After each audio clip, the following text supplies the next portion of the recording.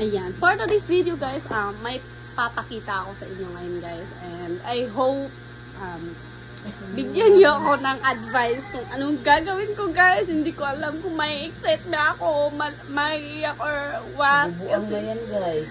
Parang nababaliw ako guys. Ito kasi guys, ito yung nangyari. Siyempre, may jowa tayo. Tapos, ito guys, may